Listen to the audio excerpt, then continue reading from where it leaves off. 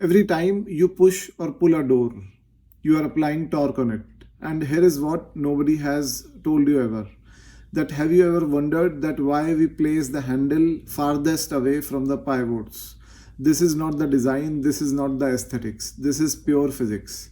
The farthest possible handle would create more amount of torque with less amount of force, and it would be very easy to open or close the door. And this single idea is the foundation of everything in this chapter. In this video, we are going to build the complete understanding of torque from absolute zero, including that why that door handle is exactly where it is.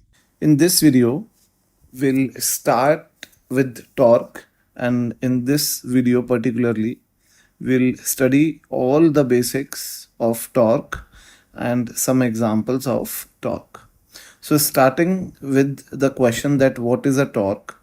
So torque is an ability of a force to change the state of rotational motion of a body, which means that if a body is at rest, then torque can initiate a rotational motion state in that body, or if a body is already in the state of rotational motion, then torque is a quantity which can bring that body to permanently rest. So torque is a ability of a force to change the state of rotational motion of a body. So in simpler words, torque is a physical quantity that can either rotate a body and it can stop a rotating body. So this is a torque. Now how torque is calculated? Imagine a lever arm and a ball connected to that, and there is a hinge about which this ball can rotate. So if we apply some force on this ball in this direction, in the tangential direction of its circular motion, then it will this force will produce a torque which will rotate this ball about this hinge, and that torque would be equal to the product of this force and the distance of the point at which force is applied from the hinge. So this is the torque, which is the product of force and this distance. Now torque is a vector quantity, and the direction of torque can be calculated by Fleming's right hand rule. You can curl your right hand fingers in the direction of rotation of the body, and the thumb, which is pointing straight, will represent the direction of torque acting on that body. So in this case, if you curl your fingers like that with your thumb opening straight, then your thumb would be pointing in the upward direction, and that is the direction of the torque acting on this ball. Now this torque is actually the movement of force about some point or some axis. Now what is movement? Movement of anything is actually its product with the distance from the axis of rotation. So torque is actually the movement of force about some point or some axis. Now is torque a vector quantity? Now we have already discussed that torque is a vector quantity and its direction can be calculated by Fleming's right hand screw rule.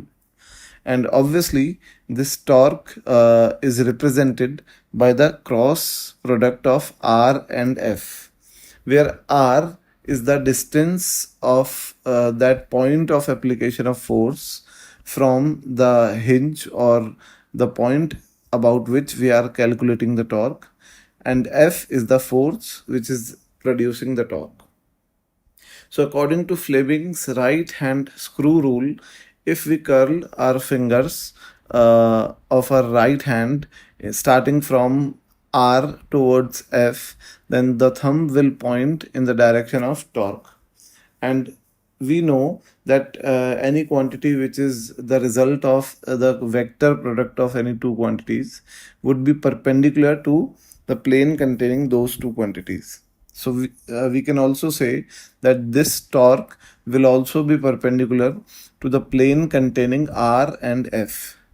Now let me tell you the direction of this torque with an example that let's suppose there is a point O and a force F is being applied at this point like that. So this is the force F and this is the R vector, which is the position vector of this point. Now this is the point on which the force is applied, and we have to calculate the torque of this force about this point O. So the torque would be in the direction of R cross with F. So this object would rotate like that, and therefore the torque acting on this object about this point O would be in the direction which is coming out of this plane of the board. So this is the direction of torque. Now what is the physical significance of the torque? You must have seen that this is a wrench and the wrench has a long handle. So to open a screw, we mostly prefer to apply the force at a distance which is greater from this part of the wrench. Because let us see that, let's suppose if the distance of this part is RA from point A and the distance of this part is RB from point B, then the torque tau, if let's suppose FA and FB are equal, so if we apply same forces on these two different points, then the torque acting due to at point A would be FA into RA, which is F into RA. Now the torque B, tau B, would be FB into RB, which is F into RB. So you can see that RB is greater than RA. Therefore, torque of B would be greater than torque of A, which means that despite of applying equal forces at two different points, the torque is produced much more in the case when this force is applied at point B, which is a point which is far away from this point O. So it is very important that to rotate any object, the force is required as well as torque is required. So greater would be the torque and greater would be the possibility that that object can start rotating. Now this is another example in which we are writing the torque on wrench by the formula force into lever arm. Now lever arm is the distance of this point of application of force, perpendicular distance from the hinge. So you can see that in this case the force is perpendicular to the wrench. Therefore the perpendicular distance of the force from the hinge would be this one, R, and therefore the torque would be F into R. So this torque would be maximum also. And in this second case, if the force is applied like that and this is the angle theta, then the perpendicular distance of this hinge from this force would be this one, and this distance would be r sine theta. So the torque would be F into r sine theta. So tau would be equal to F into r sine theta. Now as this wrench will rotate, this angle theta would decrease and therefore the torque will decrease, and a moment will come when this theta would be tending to 0. Therefore torque at this case would be almost 0. Now in this case you can see that there is a point P on which a force F is applied, and there is a point Q about which we have to find out the torque of this force. Now the distance of P from Q is R, and we know that the torque would be equal to force into perpendicular distance from the point Q. The Q is the point about which we have to calculate torque. So this is F into R perpendicular. Now R perpendicular would be R sine theta. So this is R sine theta. Actually, first of all, we have to draw the line of action of force, and then we have to draw a perpendicular to this line of action from this point, which is also called as hinge or the axis of rotation. So this is R sine theta. So the torque will be F R sine theta. Now in this, to get a good feeling about torque, let us see some examples which are based on calculation of torque. So in this question, there is a particle of mass m which is released in vertical plane from a point P, from this position P.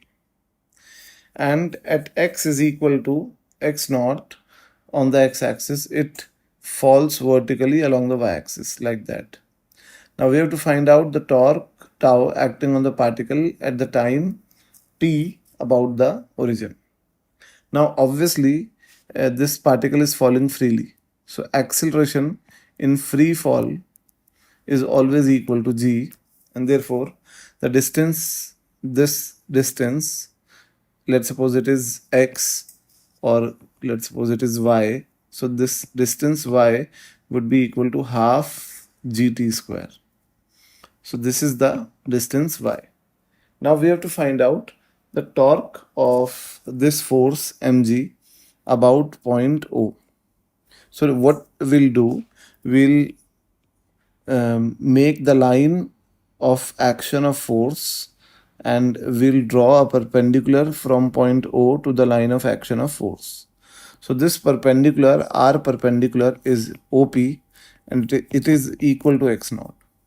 So the force, the torque would be equal to the force mg into R perpendicular. So torque would be equal to mg and R perpendicular is equal to x naught. So this is the torque which is acting on this object about point O. Now let's move on the next question. A particle is having a mass m and it is projected with some velocity v naught from a point P like that, and it is on the horizontal ground making an angle theta with the horizontal. We have to find out the torque about the point of projection acting on the particle when it is at maximum height. Now we know that at maximum height the velocity of this particle would be v naught cos theta, and the force acting on this particle would be mg. Now we have to find out the torque of this mg about point P. So let us draw the line of action of mg and let us draw the perpendicular from P.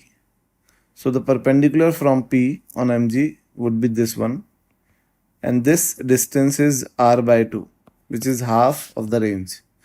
So the torque of this mg about point P will be mg into r by 2. And the direction sense of rotation of the torque would be like that. You can see that this would rotate this object about point P in this sense, which is clockwise sense. So this is clockwise, and the direction would be z cap, which is k cap. So torque will be mg into r by 2 into k cap with a negative sign, because direction would be in minus k cap direction. Now we know that the range is equal to u square sine 2 theta by g. So the torque would be equal to minus mg into u square sine 2 theta by 2g. So this is with k cap. So torque would be equal to minus m u square sine 2 theta by 2 k cap.